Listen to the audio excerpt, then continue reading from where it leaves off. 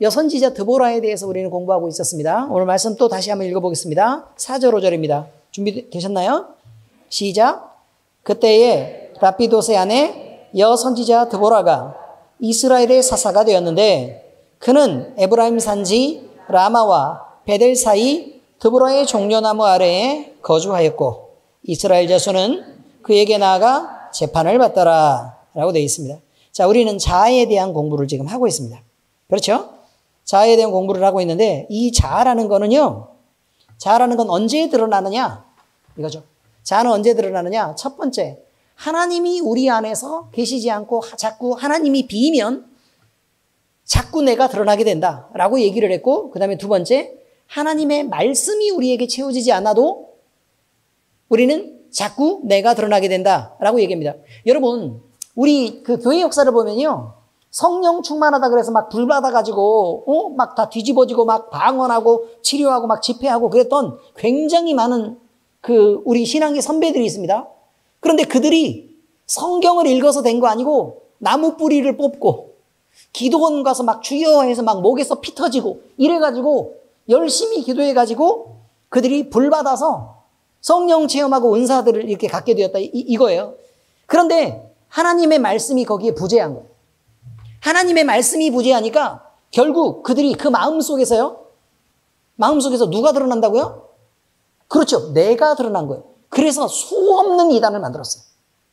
수없는 이단을 만들었다고요. 그래서 말씀에서 빗나가서 잘못되고 또 교만해져서 자기가 높아지고 이런 사람들도 굉장히 많고 그 다음에 은사 위주로 이렇게 가는데 말씀을 막 무시하고 이렇게 하다가 아니 성령이 중요하지 말씀이 뭐가 중요하냐 이렇게 해가지고 망한 사람들도 한둘이 아닙니다. 그러니까 우리는 성경 말씀을 우리 교회니까 이 얘기를 해도 괜찮은 거예요. 우리 교회니까. 왜냐하면 우리 교회는 하나님의 은사도 충만하고 그렇죠? 우리는 기적이 교회 안에서 너무 많이 일어나가지고 그냥 누가 막 기도해가지고 치료됐다라고 얘기하면 그냥 흔한 일이라 별것도 아니고 그냥 그래? 라고 지나가고 감동돼야죠. 그때마다 감동돼야 되는데 그럼 날마다 감동으로 살 거 아닙니까? 그렇지 않습니까? 그런데 감동이 잘 안 돼요. 왜? 너무 흔하게 벌어지는 일이라 그 일상이라. 딴 교회에서 한 번, 두 번 이런 일이 벌어지면 난리가 나는 일이에요. 목사님들이 그 부흥사 목사님들 있잖아요. 부흥사 목사님들이 옛날에 그랬어요. 옛날에. 지금은 그런 분이 안 계세요. 잘은 모르지만. 근데 부흥사 목사님들이 이제 그렇게 얘기하는 거예요. 옛날에 내가 기도를 한번 해봤더니 대단하게 하나님의 성령의 불이 임하고 세상에 막 척추 디스크가 있는 사람들이 나와서 허리가 쫙 펴지면서 그냥 걷더라. 그 고통에서 해방돼가지고 아무것도 아니게끔 그렇게 걷더라. 관절염이 막 오랫동안 있는 사람들이 기도 한번 받더니 그냥 금방 나와가지고 막 이게 팔딱팔딱 뛰더라. 아니 이게 간증이라니까요. 간증이에요. 근데 그거를 갖다가 몇 년 동안 우려먹냐면 한 30년을 우려먹는. 그 2번 일어난 간증 갖고. 요즘엔 그런 분이 안 계세요. 아시죠?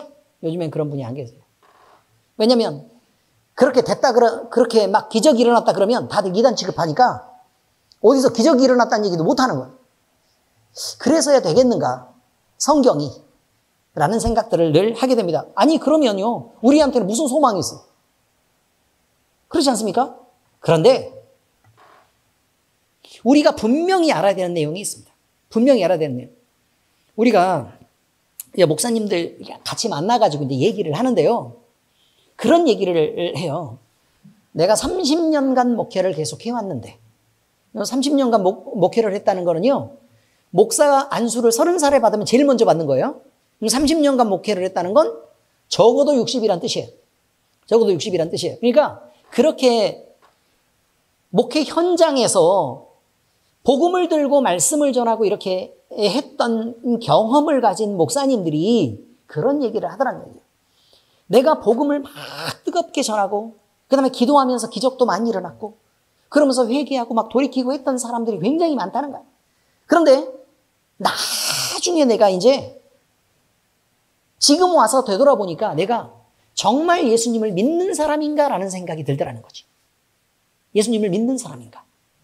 그래서 나에게 있는 그 구원이 100% 확실하게 내게 임한 것을 나는 그렇게 알고 있는가? 라는 부분에 대한 거. 그 다음에 전혀 내가 죽음을 딱 만났을 때 백 중에 하나의 두려움도 없는 상태로 내가 죽음에 대해서 기쁨으로 하나님 나라를 소망하고 있는가? 라는 부분을 물었을 때 그렇지 않다는 걸 발견했다는 거예요.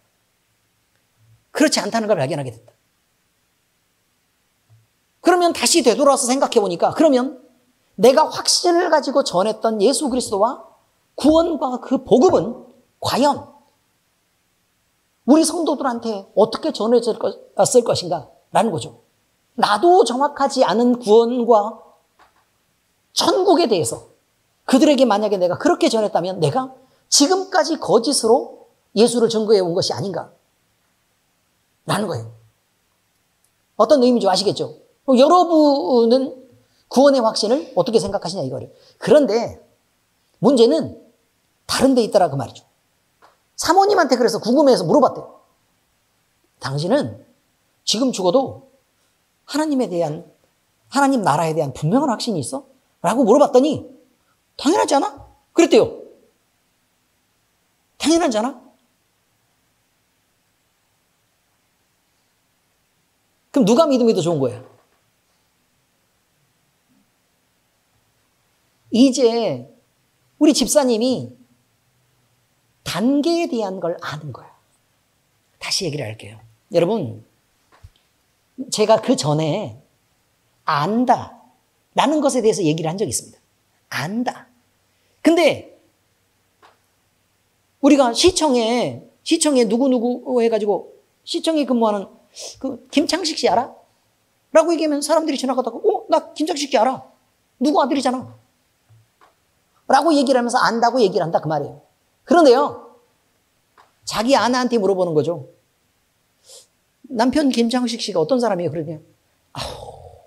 그 사람 도대체 뭘 모르겠어요. 라고 얘기하는 거예요. 그럼 누가 아는 거예요? 누가 아는 걸까요? 김창식 씨를 지금 제가 드리는 말씀의 의미가 뭔지를 알죠? 믿음이라는 거. 이 믿음이라는 것에 대해서 우리가요, 얄팍하게 그냥 알고 믿으면 그냥 순수하다고 표현해야 될지 아니면 여러분의 뇌가 백지라고 지금 이렇게 생각해야 될지 모르는 그런 상황을 만나는 거죠. 목사님이. 그래서 그냥 예수님 믿으면 구원을 얻죠. 그럼 구원을 얻죠. 하나님 나라에 가죠. 가죠. 하나님 나라가 어떤 나라인데요? 그럼 아무 말도 안 하고 있어요. 그리고 이 사람들이 살아가는 모양을 보면 여전히 세상에 소망이 있고 세상의 것을 받으려고 뭔가를 노력하고 또 세상의 것으로 보상되는 것에 대해서 더 많이 기뻐하고 즐거워하는 것들을 보게 된다는 것입니다. 근데요, 성경을 전체적으로 읽어보면 삶과 죽음과의 간격이라는 게 있어요. 성경 안에 전체적으로 볼 때 삶과 죽음과의 간격이라는 게 있어요. 여러분, 진짜 신앙을 만나려고 하면 어디에 우리가 도착해 있어야 되는 거냐면 삶이 죽음과 다 있어야 돼요. 이게 간격이 조금이라도 떨어져 있잖아요. 그러면 우리는 이 살아있는 시간 동안에 무엇을 생각하고 무엇을 누리고 무엇을 즐기고 무엇이 필요한가에 대한 니즈를 채우기 위해서 끊임없이 노력해요. 이거 굉장히 중요한 얘기예요. 굉장히 중요한 얘기라고. 여러분, 나이가 드신 분들이 걱정이 엄청 많아요. 무슨 걱정이 많냐면 노후에 내가 돈도 없어서 그러면 어떡할까? 근데 지금 할아버지는 연세가 어떻게 되셨어요? 그러면 이제 86세밖에 안 됐는데 나중에 내가 이 돈을 이렇게 쓰다가 금방 돈이 없어지면 내가 나중에 병원비도 필요할지도 모르고 어쩌고 이런 얘기를 한다 그 말이에요. 병원 약값도 없으면 어떡하고. 지금 집은 있으시죠? 집이 있대. 그 다음에 농사도 지으신다면서요. 농사도 짓는데. 땅도 좀 있네요. 땅도 좀 있대. 뭔 걱정이에요? 무슨 말 뜻인지 아시겠습니까? 아니 86세가요. 지금 몸 건강하다고 100세까지 살아도 14살 더 사는 거예요. 그 집하고 땅 팔아가지고 지금 우리가 지금 경기도잖아요. 아시잖아요. 물론 대화한 할아버지는 강화에 계셨어요. 강화에 있는, 아시죠? 제가 자주 가는 해외.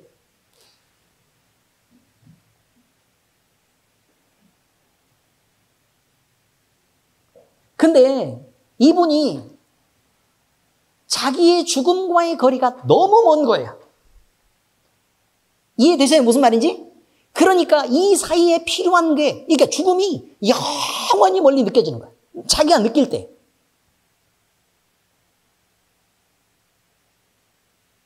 그래서 결국 어떤 상황을 만나게 돼요? 내 죽음이 나랑 너무 멀기 때문에 살아있는 동안 다른 사람하고 다투면서 싸워요. 왜 싸울까요?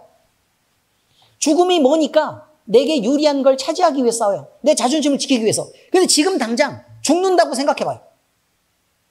우리가 죽는다고 생각해보라고. 싸울 시간이 있어요, 지금? 아니, 뭘 싸워요, 싸우기를 지금. 그럼 돈이 많이 필요할까요? 무슨 돈이 필요해요? 세상에서 누리는 즐거움. 남들이 막 웨이크보드 타러 간대. 한강으로 막 이렇게 타러. 그거 할 시간이 어디 있어요, 지금? 지금 죽는다는데. 맛있는 거 먹으러 가고 싶어요? 아니면 푹 자고 쉬고 싶어요? 아니, 그럴 게 어딨냐고. 사람이 살고 죽는 문제를 만난 거란 말이에요. 성경에서요, 하나님을 진실하게 믿었던 사람들은 다 거기에 도착해 있어요. 삶과 죽음이 만나 있는 그곳에.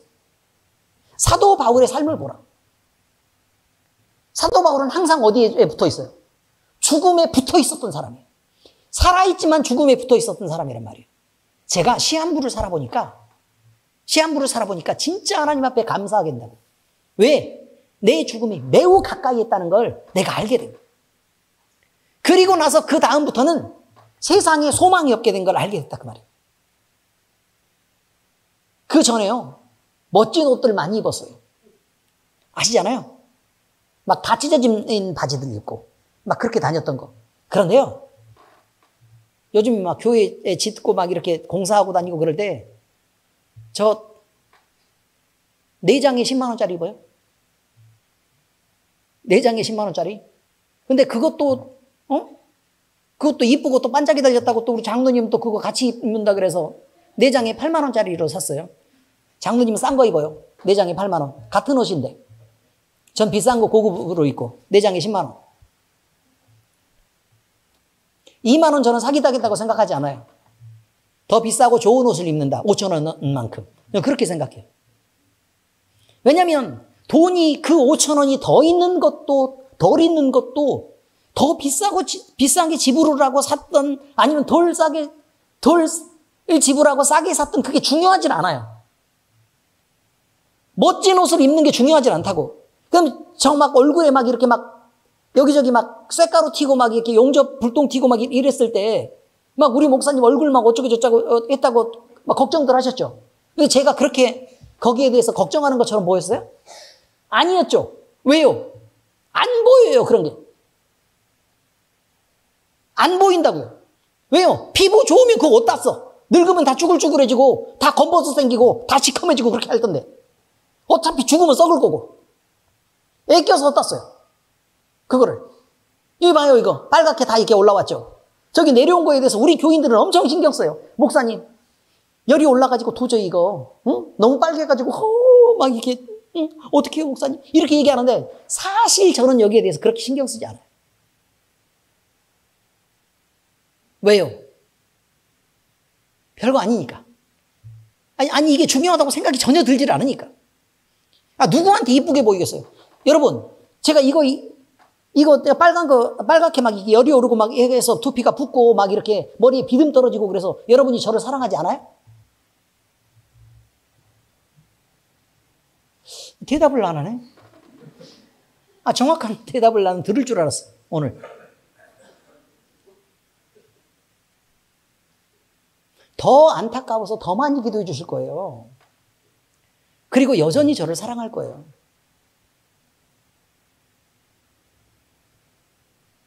이렇게 목회하다 죽어도 저는 순교라고 생각하고 돈이 없어가지고 제가 만약에 굶어 죽으면 그거요, 저 순교라고 생각할 거예요. 왜? 내가 주님을 모시고 살다가 주님 때문에 주의 종으로 살다가 죽으면 좀 굶어 죽으면 좀 어때? 나 그거 별로 중요하지 않아요.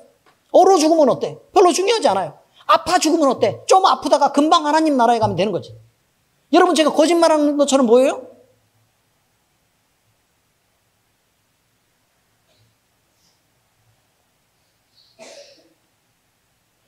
죽음이 중요하지 않아요. 지금 사는 것도 중요하지 않아요. 오직 중요한 건 뭐냐면 내 안에 진짜 그리스도가 채워져 있는가만 중요해요. 왜? 언제 죽을지 모르니까. 그런데 여러분 되게 신기한 상황이 지금 우리에게 벌어져 있어요. 이스라엘과 팔레스타인 그 이슬람과의 전쟁이 지금 현재 있죠. 성경을 읽으면서 곡과 마곡의 전쟁이 생각난다고. 근데요, 그 전쟁이요, 마지막에 있는 거예요. 마지막에 있는 건데, 제가 다른 걸 다 떠나서 곡과 마곡의 전쟁에서 팽팽하게 딱 대립해가지고 막 싸움이 시작되기 직전에 예수님이 오세요. 근데 만약에 성경에 예언된 곡과 마곡의 전쟁이 바로 그 싸움을, 지금 있는 이 싸움을 의미하는 거면 우리는요, 너무 위험한 상황이 있어요, 지금. 진짜 믿음인가 아닌가를 내가 지금 확인하지 않으면 큰일 날 상황이 직면되어 있는 거라고. 다음이 중요하지가 않아요. Now. 지금이 중요해요. 지금만. 옛날에 부흥사 목사님들이 과거에 있었던 몇 번의 기적들로 그런 신기한 일이 났더라. 자기 힘으로 한 거 아니잖아요. 하나님이 보여주신 거잖아요. 그럼 그저 하나님이 살아계시는 거예요. 그런데 지금 그 일이 일어나지 않는다면 그거 과거를 먹고 사는 거예요.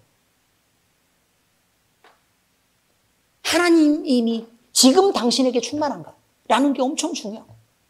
자, 우리가 죽음과 만나 있는 지금이 딱 죽음과 만나 있다고 생각을 한번 해보기로 하자. 이거요. 남녀 사이의 애정 문제가 중요하겠어요? 안 중요하겠어요? 뭐가 중요하겠어요? 그럼 옆에 없는 게 더 하나님 보기에 더 좋은데. 그래서 사도 바울의 이야기랑 똑같은 얘기를 할 수밖에 없어요. 그렇지 않아요? 결혼하고 장가 들고 어쩌고저쩌고 하는 게 참, 그래, 그것도 정욕을 참을 수 없으면 그렇게 하는 게 좋지만, 그러나 난 나같이 혼자 살면서 하나님만 온전히 볼 수 있기를 바란다. 왜 그런 생각을 했겠어요? 죽음하고 맞닿아 있으니까요. 다 있으니까 그런 거예요. 자녀가 잘 되는 게 중요해요? 자녀가 어느 회사에 취직하는 게 중요해요? 지금 중요한 건 뭐예요? 그 새끼가 예수를 믿느냐 안 믿느냐예요. 그게 제일 중요한 거라고. 쓸데없는 짓을 계속하고 있는 거예요, 지금. 왜? 안 믿으니까. 예수님을 정확하게 안 믿으니까. 그저 관념뿐이니까. 내 죽음도 하나님의 나라도. 왜 미움을 갖고 살겠어요? 지금 예수님이 당장 온다라고 생각해서 지금 사이렌이 울리고 있어요. 만약에 그렇다면 내가 미워하는 사람이 있어요. 내가 용서하지 않는 순간 주기도문 있잖아요. 나에게 죄를 지은 사람을 용서해 주는 것처럼 나를 용서해달라 라고 우리가 늘 기도해봤죠. 근데 내가 용서를 못했어. 그럼 내 죄 용서 안 해도 된다는 얘기예요. 여러분 그래도 괜찮아요? 그래도 괜찮으시겠어요?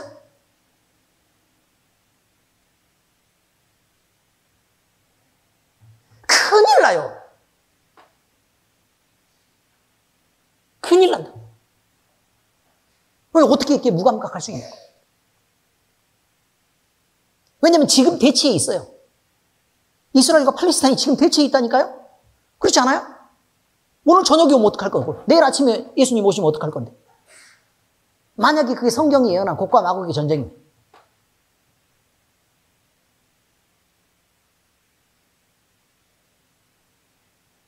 우리 성환이는 장가도 못 가보고 뭐 바로 휴가 되겠네.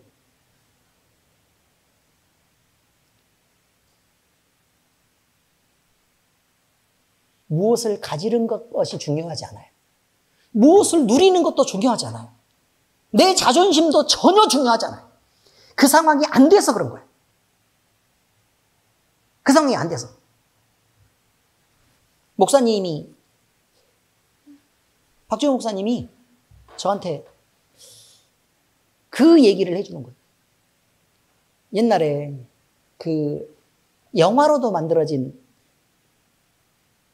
맹인 목사님이 계시는데 그 목사님이 깊은 하나님의 은혜 속에 있었다는 거예요.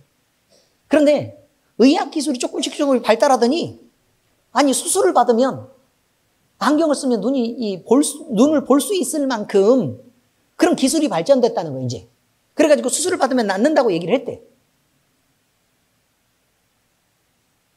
수술을 받으면 볼 수 있다. 목사님이 싫다 그랬대. 싫다 그랬대.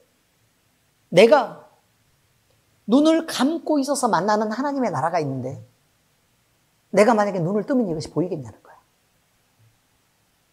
물론 보일 수도 있죠. 그러나 나는 그거 그렇게 보고 싶지 않다. 그래서 수술을 하기 싫다 그랬대요. 근데 그거는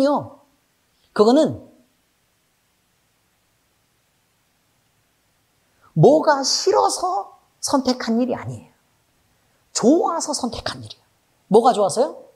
하나님 나라를 보는 것이 좋아서 선택한 일이라고. 이거 뺏길까 봐 무서웠던 거예요.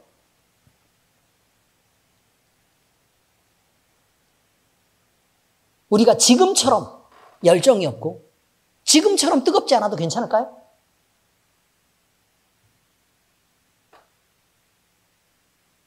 진실이냐고 물어보면요. 우리가 거짓말을 하는 것도 죄를 털어내지 못하는 것도 여전히 욕심 가운데 우리가 살아가는 것도 세상에 소망을 두는 이 모든 것들도 딱 한 가지로 귀결돼요. 죽음과 삶 사이의 간격이 멀기 때문에. 여러분 모두 다 죽음을 만나시기를 예수 그리스도의 이름으로 축복합니다. 그때야 십자가가 필요하고 그때야 예수가 필요합니다. 믿는다고 얘기할 때 그저 관념으로만 우리가 늘 들어왔기 때문에 예수님 믿으면 당연히 구원을 받지. 성경에 기록되어 있는데 그걸 누가 몰라요? 그러나 내 안에 있는 영적인 모습들을 더 보고 더 바라보고 들어가면 들어갈수록 내가 진실한 믿음 위에 서 있는지 확신이 안 드는 거예요. 예수 믿으면 구원되는 건 성경에 나와 있으니까 너무 잘 알아. 너무 잘한다고. 너무. 이건 100% 확실한 거예요. 의심할 여지가 없어. 그런데 무엇이 문제라고요? 내 믿음이 참 믿음인가? 거기에서 참이 100%인가라는 것에 대한 확신이 없는 거예요.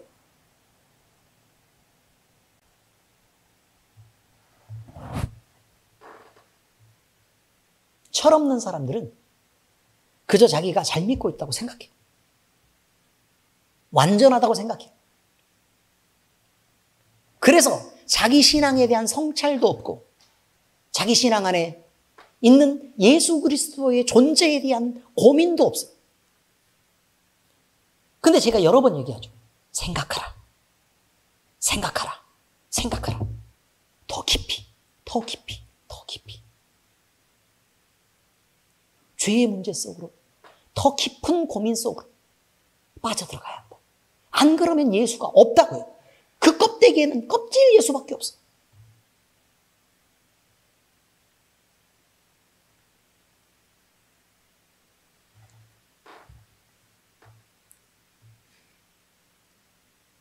이러다가 또 오늘 진도 하나도 못 나가요. 그런데 이거 제가 두려웠어요. 뭐가 두려웠냐면 하나님의 말씀이 나를 막 감동하고 나를 두드릴 때 이거 혹시 잊어버릴까 봐. 뇌가 다쳐가지고 기억이 잘 안 난다니까요. 하나님의 감동하실 때 이거 잊어버릴까 봐 계속 조마조마했어요. 그래서 생각하고 또 생각하고 잊어버릴까 봐 또 생각하고 잊지 않았어요. 그래서 제가 뇌가 다친 것에 대해서 더 감사하게 됐어요. 왜냐면 머리가 좋았을 때는 안 잊어버렸어요. 그러니까 쭉 그냥 나로 살다가 그때 무슨 생각했었지? 이거 이렇게 생각했었지? 하고 생각이 잘 났어요. 그때는 말씀을 품고 못 살았어요. 뇌가 다치고 기억력이 떨어지고 도대체 잠깐 돌아서면 기억이 나지 않기 때문에 그 말씀을 계속 붙잡고 잊어버릴까 봐 두려운 거예요. 그 붙잡고 있어요. 계속. 또 생각하고 또 생각하고 또 생각하고. 이야기를 하면서도 이쪽으로 이야기를 하면서도 이거 건성인 거예요. 이제. 왜요? 이거 전해줘야 되니까. 이 말씀을 붙잡아야 되니까.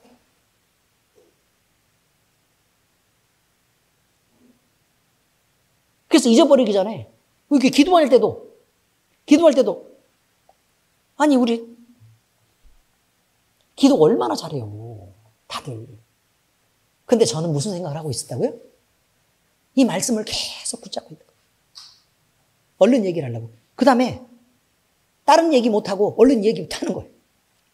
왜요? 하다가 중간에 해당되는 내용 나오면 그때 얘기해도 되잖아요. 근데 잊어버릴까 봐 두려움이 있어요.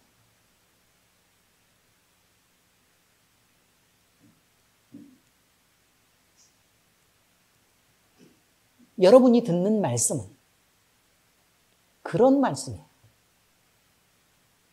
이렇게 지켜져서 여러분에게까지 가는 말씀이라고. 하나님이 깊은 성찰로 고민을 하고 하나님에 대해서 굉장히 고민하고 내 기도 중에 깊어져가는 그 고민 속에서 하나님 내 마음을 그렇게 강하게 두드리고 또 성경 말씀을 읽다가 그 전체 속에서 이렇게 이런 얘기구나 라고 생각이 들어서 그게 너무너무 감동돼서 나를 막 흔들었던 말씀이란 말이에요. 그리고 그렇게 지켜졌던 말씀이에요. 두려움 속에서. 그리고 그 말씀이 어렵게 여러분에게 도착합니다.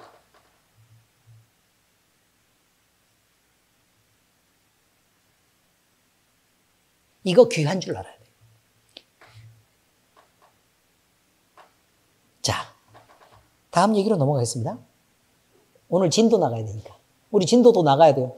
왜냐면 우리 평생에 한 번이라도 어떻게 지나가야 되는데 로마서 강의는 지금 57번째인가요? 그렇게 했는데 지금 3장 하고 있어요.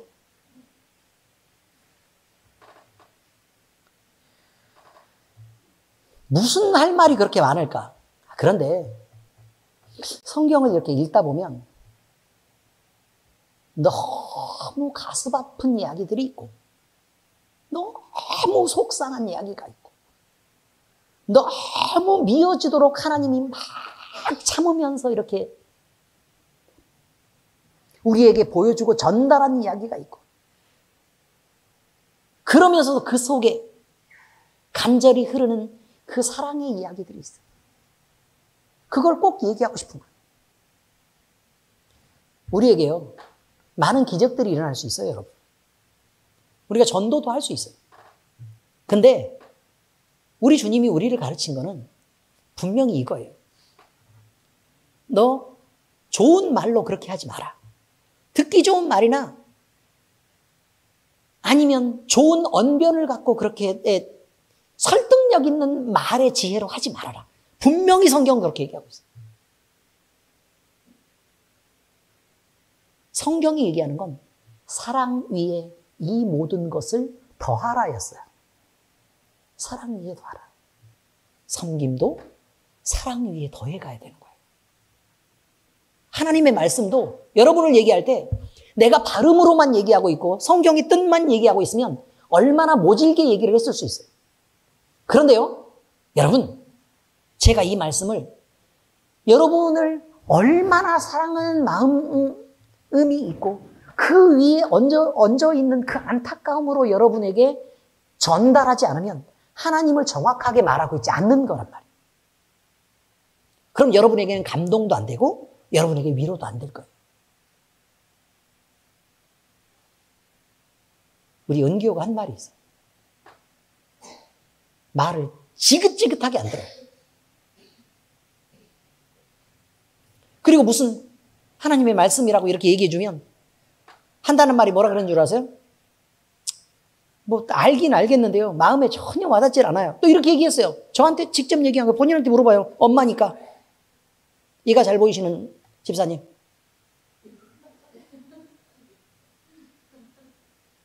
그래서 제가 뭐라고까지 얘기했냐면 얼마나 안타까웠던지 내가 이 자리에서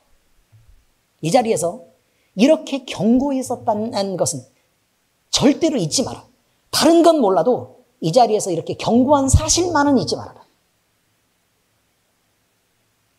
이거 한 번이었나 두 번이었나?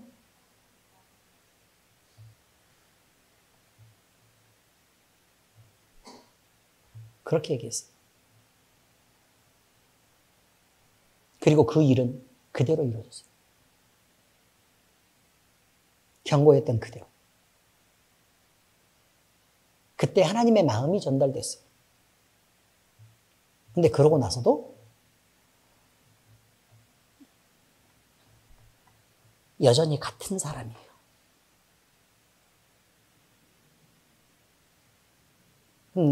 그러면 목사님은 내가 사랑하는 우리 영교가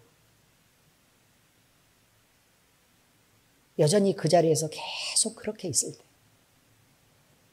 사실 본인에게는 툭 하고 얘기하는 것 같지만 기도할 때는 가슴이 찢어지는 거란 말이에요.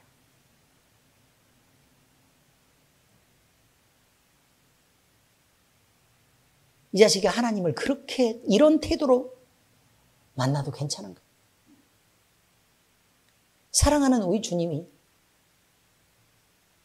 연교로부터 이런 꼴을 당해도 괜찮은가?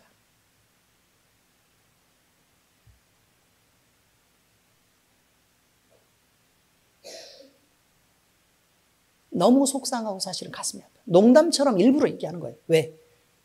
상처받지 말고 가볍게 들어서 생각하라고. 근데 그것도 무슨 마음으로 그런 줄 아십니까? 사랑하니까. 그래서 저 왼수가 뭐라고 얘기를 하냐면 다른 건 다 몰라도 목사님이 나를 사랑하는 것은 알아요. 그렇게 말해요. 그래서 제가 뭐라고 얘기했는 줄 아세요? 넌 왜 그것밖에 안 돼? 라고 말하지 않았어요. 왜냐면 그것마저 그 양심에 걸킴이 될까 봐.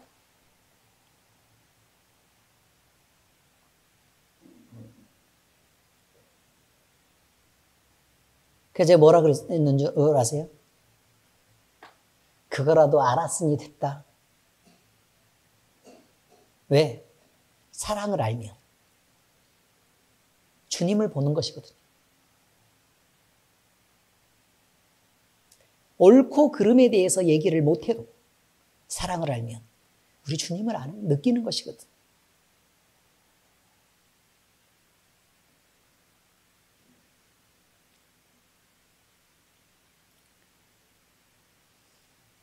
그냥 그렇습니다.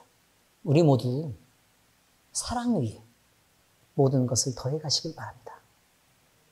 그래야 우리 주님이 계세요. 다른 모든 것으로 오름그름으로 포장하거나 오름그름으로 따져서는 안 되는 일이 교회에는 많은 법입니다. 왜냐하면 우리는 그리스도인이기 때문에 그렇습니다. 이 고급함을 두고 자아를 드러내는 일이 있으면 되겠습니까? 우리가 예수님이 드러나야지. 그리스도인인 우리가 드러났어야 되겠습니까? 우리 드러나면 어디다 쓰겠습니까? 발가벗겨져가지고 다 드러나봐야 창피하기밖에 더 하겠습니까? 모든 걸 다 한번 오픈해 보시죠. 그래도 괜찮으신지.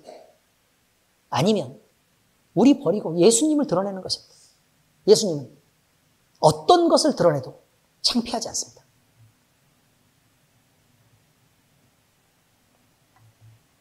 자, 한 칸이라도 나가야 되기 때문에 가겠습니다. 여선지자 드보라에 대해서 얘기를 할 때 그렇게 얘기하죠. 에브라임 산지 라마와 베델 사이 드보라의 종려나무 아래에 거주하였고 이스라엘 자손은 그에게 나아가 재판을 받았다. 라고 얘기합니다. 자, 그런데 여기서 우리는 이런 걸 알아야 되죠. 드보라란 이름의 뜻이 뭘까? 드보라란 이름의 뜻은 꿀벌이란 뜻입니다. 드보라 이름의 뜻이 뭐라고요? 꿀벌.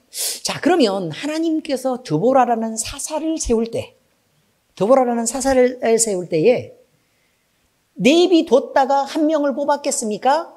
아니면 태어나기 전부터 그가 계획된 가운데 있었겠습니까? 우리가 적어도 알고 있기에는 하나님은 우연히 그때 선택하는 법은 없습니다. 지금 우리가 태초부터 예정되어 있던 하나님의 사랑 속에 그 선택 속에 있고 그 사랑 속에 우리가 갇히고 그것을 마음대로 누리게 되는 지금 그런 신분을 얻은 것처럼 드보라도 그렇게 선택되었을 거라는 거예요. 자, 그런데 그 이름이 뭐라고 이름 지어지게 됐다고요? 드보라요. 드보라. 이름 뜻이 뭐라고요? 꿀벌. 그럼 꿀벌은 뭘 찾아 헤매죠? 꿀을 찾아 헤매요. 그리고 뭘 먹어요? 꿀을 먹어요. 이해되시죠? 그래서 꿀벌이에요. 말벌은 벌을 찾아 헤매요. 말 잡아 먹어요? 벌 잡아 먹어요? 벌 잡아 먹어요. 또 말 잡아 먹는 사람들도 있었어요, 어쩌다. 자, 그런데 이런 거예요. 꿀벌이라고 왜 이렇게 이름을 지었을까? 그러면 성경의 다른 부분을 우리가 생각해 볼 필요가 있다는 거예요. 시편 119편 103절에 보니까 주의 말씀의 맛이 내게 어찌 그리 단지요. 내 입에 꿀보다 더 단이다. 성경에서 꿀이라고 표현되어 있는 건 모두 다 하나님의 말씀이에요. 그러면 드보라의 뜻은요. 드보라가 뭐로 세워졌어요? 이스라엘의 여자이면서 사사로 세워졌어요. 사사로 세워졌는데 이 여자가요. 무엇을 그리워했다고요? 하나님의 말씀을 그리워해서 하나님의 말씀을 받아서 먹고 그 받아 먹은 것으로 살고 하나님의 말씀을 받아서 그걸 갖다가 벌집으로 나르고 그 벌집에 날라서 다시 입으로 토해가지고 누굴 먹여요? 다른 꿀벌들을 먹이는 거예요. 이게 꿀벌이에요. 벌의 일생에 대해서 여러분들이 공부를 좀 안 하셔서 잘 모르네요. 의미를 오늘 들으셨으니까 이제 다 아셨을 거예요. 자, 그러면 바로 이거예요.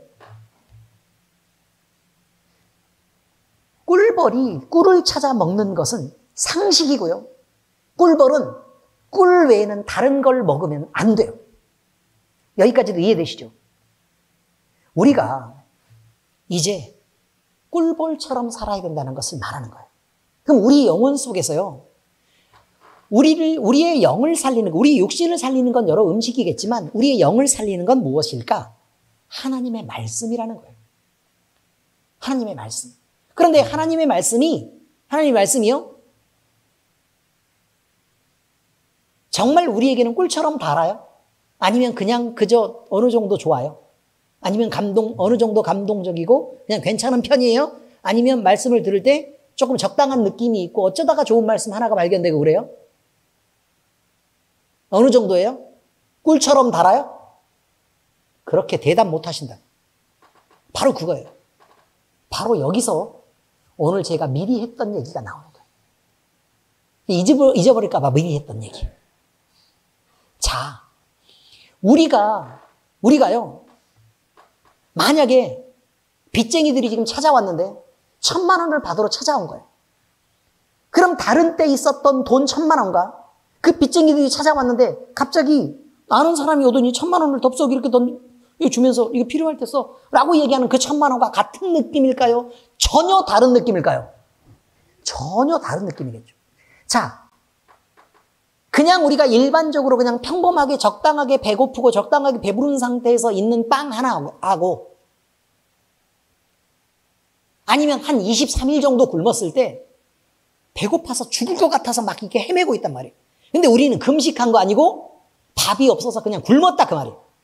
그때 만약에 누가 촉촉한 빵을 하나를 주는 것과는 같은 느낌일까요? 다른 느낌일까요? 다른 느낌이죠. 왜요? 니즈가 달라서, 필요가 달라서.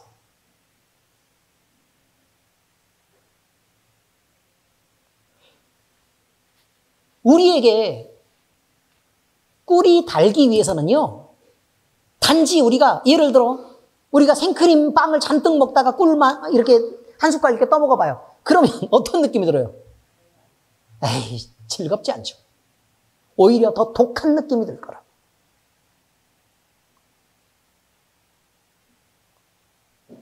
근데 단 것을 간절히 원하는 그때 꿀을 조금이라도 이렇게 찍어서 먹게 되면 그때의 느낌은 전혀 다를 거라고요. 우리가 지금 필요한 것, 우리가 간절히 필요한 것이 그것이 얼마만큼 간절하고 얼마만큼 필요한 것인가에 따라서 하나님의 말씀은 달라진다는 거예요. 그런데 만약에 우리가 일생에서 필요한 것이 세상에 있는 복이고 즐거움이고 세상에 있는 명예와 세상에서 있는 행복이라면 우리는 하나님의 말씀이 전혀 달 수가 없어요. 근데 그렇게 세상을 목적 삼으려면 우리의 상태가 삶과 죽음과의 경계가 멀다는 거라고. 그 얘기를 말하고 싶은 거예요. 우리가 삶과 죽음과의 경계가 죽음이 멀리 보이는 거예요. 멀리 보이는 거예요. 거의 안 보이는 거야. 그래서 까마득해. 죽음을 생각하지 않아도 되는 상황이에요. 그러면 우리는 살아있는 동안에 이 세상에서 누릴 것밖에 생각할 수가 없다고 지금 얘기하는 거예요. 그때 하나님의 말씀은 별로 필요하지 않아요. 니즈가 없다 그 말이에요.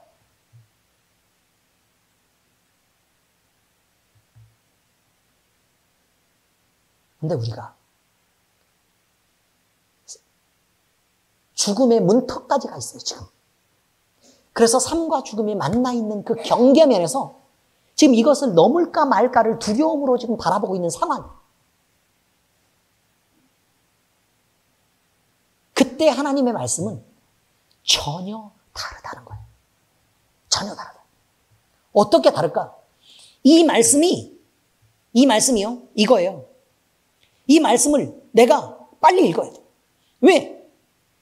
하나님이 이 안에 약속을 담았거든. 어떻게 하면 살 수 있는지.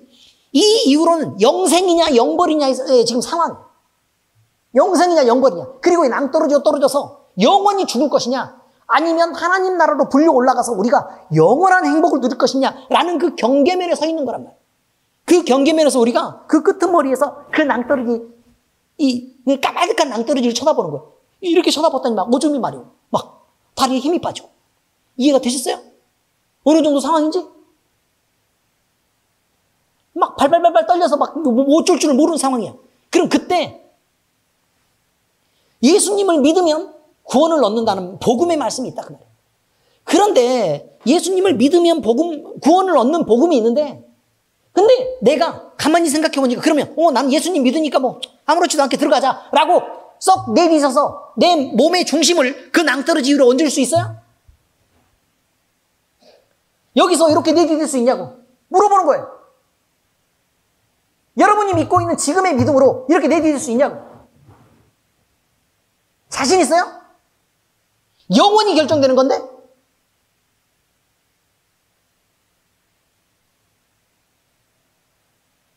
근데 왜 지금 고민하지 않냐는 거예요. 왜 지금 고민하지 않냐고. 그런데요, 거기에 매뉴얼이 있어요. 매뉴얼. 무슨 매뉴얼이냐면 하나님의 나라로 갈 수 있는 매뉴얼이 있다고. 그러면서 그 매뉴얼이 뭐냐면 매뉴얼 해가지고 매뉴얼의 이름이 성경 이렇게 돼 있어요. 여러분, 그때 여러분은 자, 기회를 드리겠습니다. 지금부터 2시간 동안 시간을 드릴게요. 마음 편하게 쭉 계시다가 그 다음에 이렇게 건너오세요 라고 얘기했단 말이에요.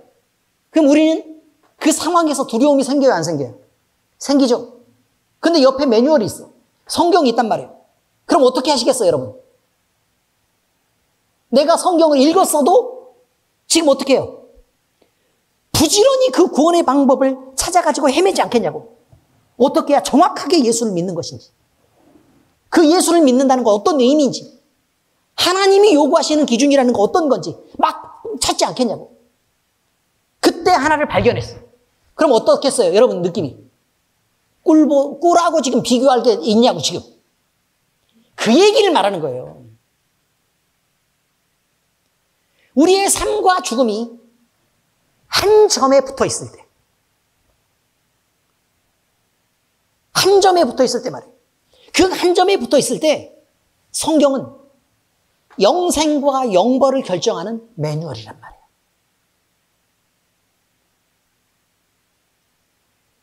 우리가 너무 멀리 떨어져 있었기 때문에 우리의 삶도 열매가 없고 우리의 믿음도 점검을 안 하고 우리가 이기적으로 사는 문제가 생기고 믿음이나 아니면 우리가 하나님 앞에 드리는 예배나 아니면 성찬이 별로 의미가 없어 느껴지는 거예요. 여러분 생애 마지막 예배고 마지막 성찬이어도 그렇게 하시겠어요?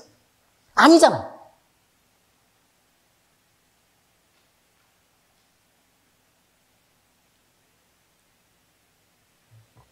우리는 이 얘기를 하고 싶은 거예요. 이 얘기를 하고 싶은 거예요. 우리가 꿀벌이 돼야 된다. 드보라처럼 그 이름을 갖고 꿀벌이 돼야 된다는 의미는 바로 이것입니다. 하나님의 말씀을 사랑하세요. 주님의 말씀을 더 찾고 즐거워하세요. 하나님의 말씀은 꿀보다 더 다니까 그렇게 하세요. 아니 백날 얘기한다고 여러분이 그렇게 하시겠냐고. 뭐 안 들었어요? 지금까지 들어봤어요? 안 들어봤어요? 맨날 들었죠? 그리고 거짓말했잖아요. 꿀보다 달다고.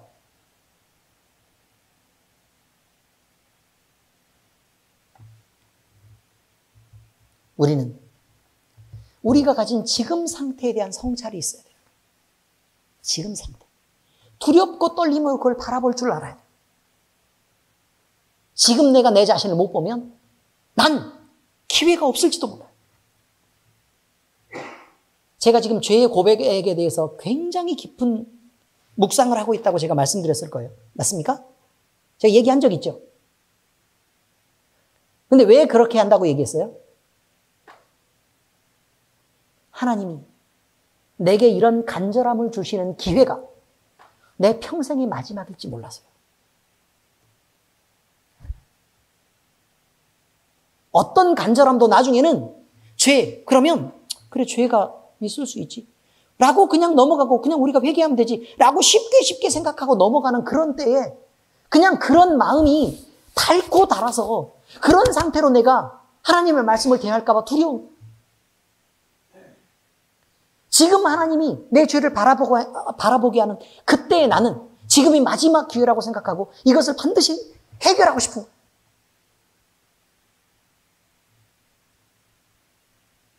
우리 모두 그렇게 되시길 바랍니다. 삶과 죽음과의 간격 멀지 않습니다. 여러분 성경 어디에도요. 삶과 죽음과의 간격이 멀어가지고 실수한 사람들은 있지만 그것을 붙여놓고 생각했을 때 실수하는 사람이 굉장히 드물어요. 모든 선지자들.